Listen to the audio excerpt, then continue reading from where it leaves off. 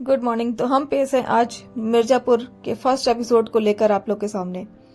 तो कहानी का पहला सीन शुरू होता है जहां पर हमें मुन्ना की अर्थी दिखाई जाती है, जिसके पास पंडित जी बैठकर कुछ शांति मंत्र पढ़ रहे होते हैं और साथ ही पास में खड़ी होती है उसकी सीएम पत्नी माधवी यादव, जो कि मंत्र पढ़ने के बाद पंडित जी पीछे मुड़ते हैं और माधवी से पूछते हैं क्या परिवार में कोई और नहीं है, जैसे कि पिता या कोई भाई, क्या परिवार में कोई और पुरुष नहीं है। माधवी खुद जाकर मुन्ना का अंतिम संस्कार करती है बिना कुछ बोले। फिर माधवी वहां से बाहर निकलती है तो मीडिया वाले उनसे कई सारे सवाल पूछते हैं, जिनके जवाब में माधवी सिर्फ एक ही बात कहती है कि मैं प्रदेश की बेटी हूँ और ये सम्मान मुझे आप लोगों ने ही दिया हुआ है। आज सिर्फ हम विधवा नहीं हुए हैं, आज आपके घर की बेटी विधवा हुई है और हम आपसे वादा करते हैं कि हम ढाल की तरह आप लोगों के लिए डटे रहेंगे और ये प्रदेश साफ होगा और कानून के दायरे में रहकर साफ होगा। फिर सभी लोग नारेबाजी करते हैं माधवी यादव त्रिपाठी के समर्थन पर। माधवी अपने पीए से कहती हैं कि मुन्ना की मौत की जिम्मेदार मिर्जापुर की गद्दी है और अब हमारा मकसद उस गद्दी को खत्म करना है। फिर हम अगले सीन में देखते हैं कोर्ट रूम में, जहां पर सुनवाई हो रही होती है। जज के सामने गुड्डू वकील रमाकांत पंडित जी ने खुद का ही सरेंडर किया है एसएसपी मौर्य के खून के इल्जाम में, जहां जज उन्हें जुडिशियल कस्टडी में भेज देते हैं। अगले सीन में हम देखते हैं कि गुड्डू पंडित अपने पिताजी से बात करने के लिए जिस बस में पुलिस उनको लेकर जा रही होती है उस बस को आगे से रोक देते हैं और फिर उतरकर बस पे जाकर बैठते हैं और उनसे बातें करते हैं। तो बातें कुछ इस प्रकार होती हैं कि गुड्डू पंडित कहते हैं जरूरत नहीं थी आपको सरेंडर करने की, यहाँ कह देते हम किसी न किसी को इसकी जिम्मेदारी दिलाकर आपको जेल जाने से बचा लेते, तो आप खट जाएंगे जेल में जाकर। आप जिद छोड़ दीजिए, हम आपको घर छोड़ देते हैं और आप चिंता मत कीजिए, आपकी जगह कोई क्रिमिनल ही जेल के अंदर जाएगा। आप खुद एक वकील हैं, आप खुद का केस लड़िए, क्यों अपने आप को इस तरह सरेंडर करें? अपने लिए तो नहीं तो कम से कम मम्मी के लिए, डिम्पी के लिए तो लड़ लीजिए। ये कौन सा रास्ता चुन लिया है आपने?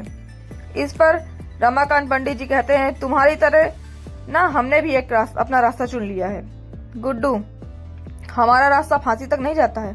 रमाकांत जी तो कहाँ जाता है? गुड्डू चला जाता है इतनी बात करके। तो पिता उसको रोकते हैं और कहते हैं थाने पर हमारा स्कूटर रखा हुआ है, उसे घर छोड़ देना। तो अब अगले सीन में हम देखते हैं कि शरद आता है माधवी जी से मिलने। उनके शरद अंतिम संस्कार में नहीं आ पाए, बहुत अफसोस है हमें। माधवी नहीं आए थे या आना नहीं चाहते थे? शरद हमारे और मुन्ना के बिजनेस रिलेशन का असर आपकी सीएम की कुर्सी पे पड़ सकता था, यही सोचकर हम नहीं आए। माधवी तो अब क्यों आए हैं? शरद हम यहाँ कोई डील करने नहीं आए हैं, बस हम आपको ये बताने आए हैं कि हमारा सपोर्ट आपको है। माधवी सपोर्ट की जरूरत हमें है या आपको? शरद शायद हम दोनों को, हम भी अकेले पड़ गए थे हमारे पापा की डेथ के बाद, सबने हमें छोड़ दिया था, बस एक मुन्ना था जो हमारे साथ खड़ा था। ऐसे समय में किसी का साथ खड़ा होना ही बहुत बड़ी बात होती है, यही सोचकर हम ये कहने आए हैं आपसे कि हम आपके साथ हैं। माधवी कहती हम समझ रहे हैं आप क्या कह रहे हैं, मगर आप एक बात याद रखिएगा, भय मुक्त प्रदेश के दायरे से आप भी बाहर नहीं आते हैं, इस पे आपको कोई सहूलियत नहीं मिलेगी। शरद जी जानता हूँ, चलता हूँ। फिर रुककर पीछे मुड़कर बोलता है क्या ताऊ जी की कोई खबर? तो माधवी का पीए पूछता है मतलब? तो शरद कहता है कालीन भैया जी की कोई खबर?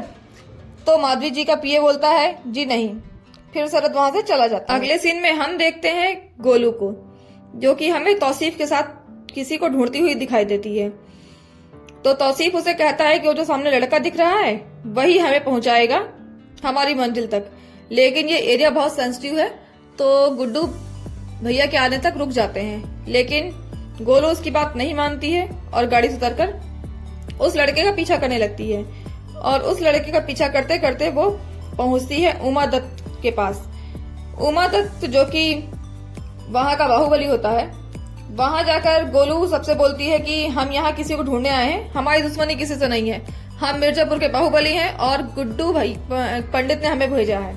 इतने में उमा दत्त बाहर आता है तो गोलू बोलती है पूरा पूर्वांचल हमें रिपोर्ट करता है, अगर हमारे अगेंस्ट जाएंगे तो इसका मतलब गद्दी से के अगेंस्ट जाना होगा। फिर उमा दत्त बोलता है अभी पूर्वांचल का बाहुबली कौन होगा ये भी तय नहीं हुआ है, ये तय होगा सभी बाहुबलियों के समर्थन से। और एक बात, तुम औरत हो इसलिए तुम्हें जाने देते हैं, अगली बार यह एहसान नहीं करेंगे। फिर गोलू वहां से चली जाती है और हम अगला सीन देखते हैं। गुड्डू पंडित पुलिस स्टेशन पहुंच चुका है अपने पापा का स्टेशन, जिसे वो खुद चलाकर अपने घर तक लेकर जाता है और अपनी मम्मी से मिलता है और उन्हें कहता है कि हम पापा को समझाने की बहुत कोशिश की लेकिन वो नहीं माने हैं। फिर कहता है कि हमने डिसाइड किया है मम्मी कि आप और डिम्पी अब हमारे साथ रहेंगे, लेकिन उसकी मम्मी मना कर देती है। तो गुड्डू कहता है कि यहाँ खतरा है, अब पापा भी नहीं है तो अब आप हमारी जिम्मेदारी है। तो उसकी मम्मी कहती है कि हम नहीं जा सकते, ये घर हमारा है तो हम इसी घर में रहेंगे। तो गुड्डू कहता है कि अब जिद क्यों करती है मम्मी। तो उसकी मम्मी कहती है अगर हम जिद नहीं करेंगे तो इस परिवार का हिस्सा ही नहीं माने जाएंगे, जिद तो इस परिवार के हिस्से की आदत में ही है। उसके बाद हम सीन देखते हैं कि माधवी और आईजी दुबे आपस में बातें कर रहे होते हैं, जिस पर माधवी आईजी से कहती है कि गुड्डू को मरवाना है। आईजी कहता है ये कोई बहुत बड़ी बात नहीं है, गुड्डू के कई सारे दुश्मन हैं और हमारे डिपार्टमेंट में भी कुछ ऐसे लोग हैं कि हम गुड्डू का काम कर देंगे। फिर उसका पीए पूछता है कि कितना पैसा ले सकते हैं, तो आईजी को माधवी कहती है हम आपको फ्री हैंड छोड़ रहे हैं। इसके बाद आईजी से पूछती है माधवी की क्या त्रिपाठी जी का कहीं कुछ पता चला। तो आईजी बोलते हैं नहीं, पर मैडम ये क्रिमिनल लोग हैं, ये लोग बड़ा कांड करके ऐसे ही अंडरग्राउंड हो जाते हैं और ये कई बार ऐसा करते हैं, तो कोई चिंता की बात नहीं है। लेकिन ऐसा सुनकर माधवी को अच्छा नहीं लगता है। माधवी कहती है ये मत भूलिए कि वो सरकार में मंत्री भी हैं। आईजी जी मैडम। हम आगे देखते हैं कि गोलू घर वापस आ चुकी है, जहां पर बीना त्रिपाठी जो कि कालीन भैया की वाइफ है और उनका बेटा लल्ला एक साथ होते हैं। बीना त्रिपाठी का जो बेटा है लल्ला, वो अपने दादा की तरह ही टीवी में जानवरों की डॉक्यूमेंट्री सुनना पसंद करता है। वो रो रहा होता है और जब टीवी में जानवरों की डॉक्यूमेंट्री लगाई जाती है तो वो चुप हो जाता है। फिर गोलू से बीना बोलती है शांति से बैठकर कुछ सोचो, ऐसे अंधेरे में तीर मारने से कुछ नहीं होगा। गोलू बीना को बताती है कि अगले हफ्ते बैठक है, समय ही तो नहीं हमारे पास भाभी। तो बीना बोलती है बैठक कौन बुलाया। गोलू पश्चिम यूपी से हरकाना आया है, अब्बास सलीम ने अपना आदमी भेजा है मुखिया के चुनाव के लिए। बीना भाभी वेस्ट वाले इतना क्यों इंटरफेयर कर रहे हैं। फिर बीना अगर कालीन भैया की बॉडी नहीं मिली तो गद्दी को पाना मुश्किल होगा, कुछ और तरीका सोचना पड़ेगा। गोलू पर हम वो गलती नहीं करेंगे जो कालीन भैया किए थे, हमको जिंदा छोड़ के। बीना उनकी लाश हमसे ज्यादा कोई नहीं देखना चाहता है। जिन परिस्थितियों में वो गायब हुए हैं कोई अंदर वाला ही है जो उनको छिपा कर रखा है। गोलू हम तुमको देखे हैं, तुम बहुत एक फोकस होकर बदली हो, लेकिन हम इतने साल इस घर में सरवाइव नहीं ऐसे ही नहीं कर पाए हैं। अगर हमारे पास एक ही प्लान के भरोसे बैठे होते तो इस घर में सरवाइव नहीं कर पाते। बीना और गोलू दोनों गुड्डू को समझाती हैं कि हमको बाकी के बाहुबलियों से मिलकर अपनी पोजीशन स्ट्रांग कर लेनी चाहिए।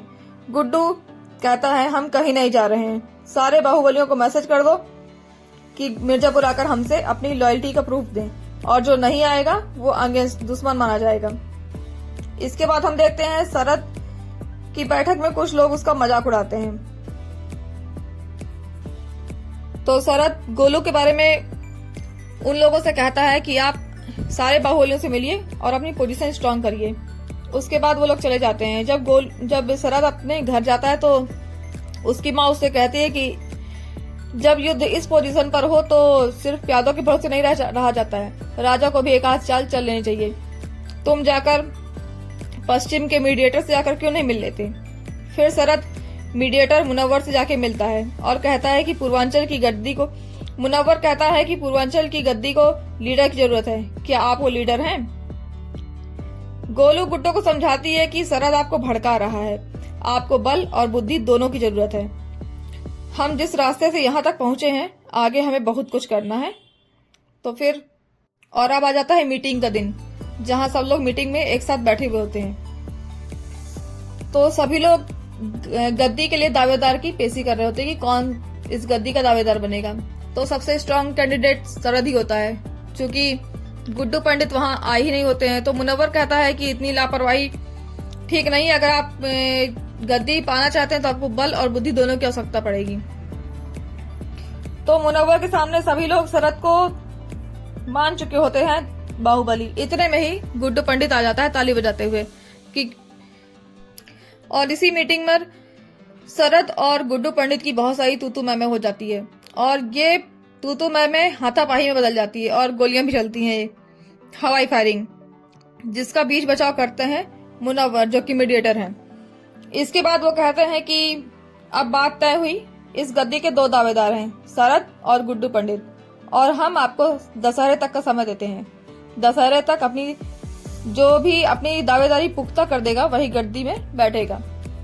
और एक बात और कि दशहरे तक कोई भी खून खराबा नहीं होना चाहिए। और यही मीटिंग खत्म हो जाती है। शरद अपनी बंदूक उठाता है और वहां से जाने लगता है। तभी गुड्डू उसको रोकते हुए कहता है, एड़ी उठा लेने से लंबाई नहीं बढ़ती है शरद। शरद बोलता है, अगर लंबाई हद से ज्यादा बढ़ जाए तो नजरें नीची करके चलना पड़ता है पंडित। देखते जाओ, पूर्वांचल बहुत जल्द डोलेगा। शरद शुक्ला बोलेगा। तो गुड्डू कहता है, किसके दम पर इतना उड़ रहे हो। शरद चला जाता है बिना इसका जवाब दिए हुए, लेकिन इसका जवाब देती है गोलू, कालीन भैया, और यहीं पर एपिसोड खत्म हो जाता है। तो कालीन भैया के दम पर शरद उड़ रहा है और ये बात गोलू और गुड्डू पंडित को समझ में आ जाती है। तो आगे की कहानी मैं सुनाऊंगी आपको अगले एपिसोड में। बने रहिए, सब्सक्राइब करिए, लाइक करिए और कमेंट करिए। Thank you.